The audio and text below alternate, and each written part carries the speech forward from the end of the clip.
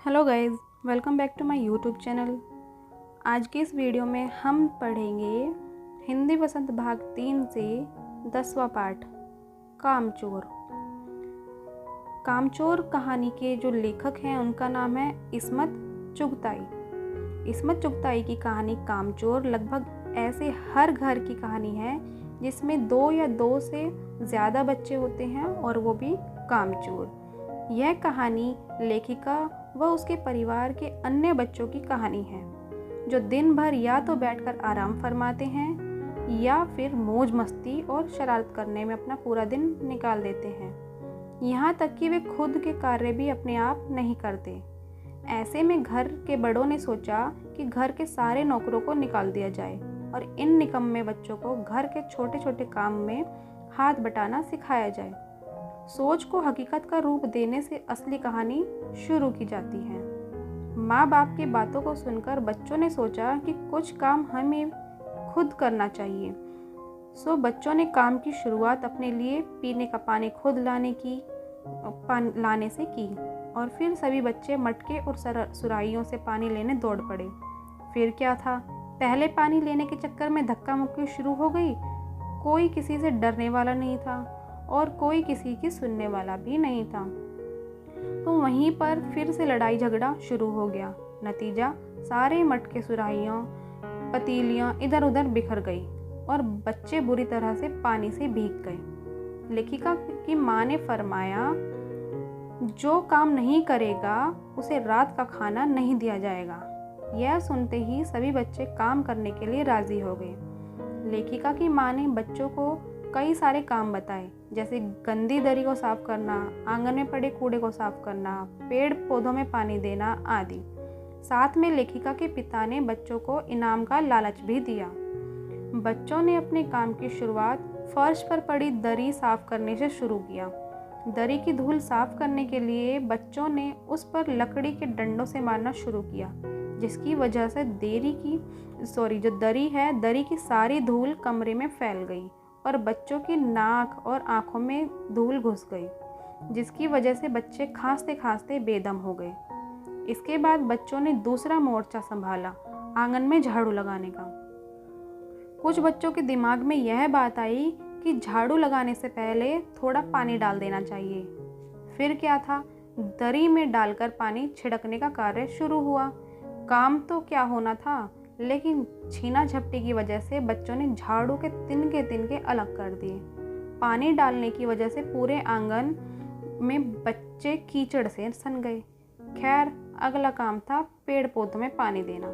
सारे बच्चे घर की सारी बाल्टियां, लोटे, भगोने आदि लेकर पौधों में पानी डालने निकल पड़े।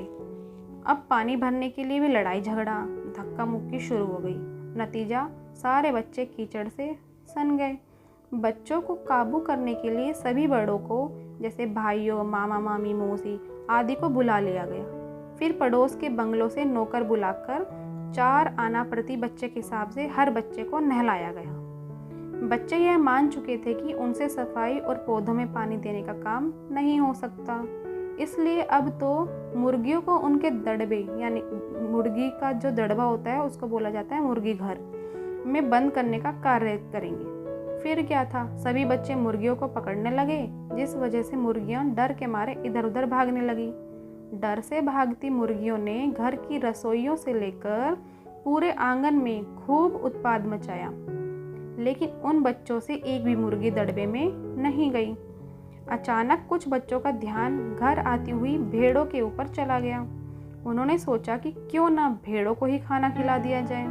जैसे ही उन्होंने अनाज के दानों भेड़ों के आगे डाले, सारी भूखी भेड़ें अनाज पर टूट पड़ी और कुछ भेड़ों ने रसोई में रखी सब्जियां, मटर और अन्य चीज़ों को भी खाना शुरू कर दिया, जिस वजह से पूरे घर में अफरा तफरी का माहौल हो गया।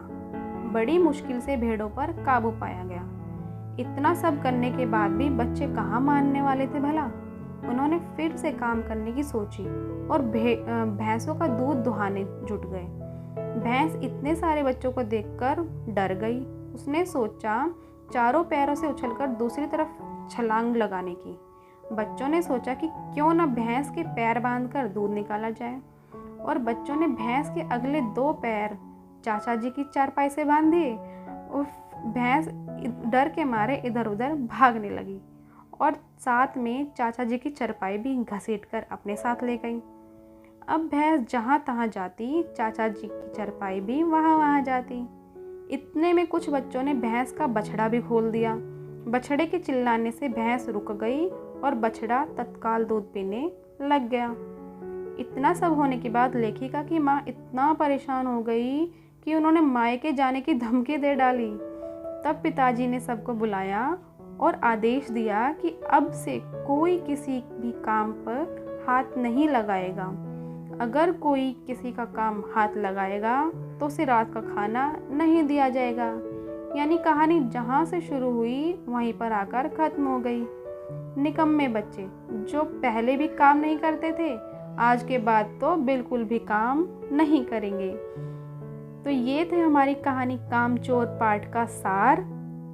आपको ये पाठ का सार कैसा लगा कमेंट सेक्शन में बताइए और वीडियो को लाइक कीजिए। अगर चैनल पर पहली बार आए हैं तो चैनल को सब्सक्राइब कीजिए। इससे भविष्य में आपको ऐसी ही पाठ के सार की पाठ का पूरा सार मिलेगा, जिससे आपको पूरा पाठ पढ़ने की ज़रूरत नहीं पड़ेगी और कुछ ही मिनटों में आपको पूरा पाठ अच्छे से समझ में आ जाएगा। धन्यवाद।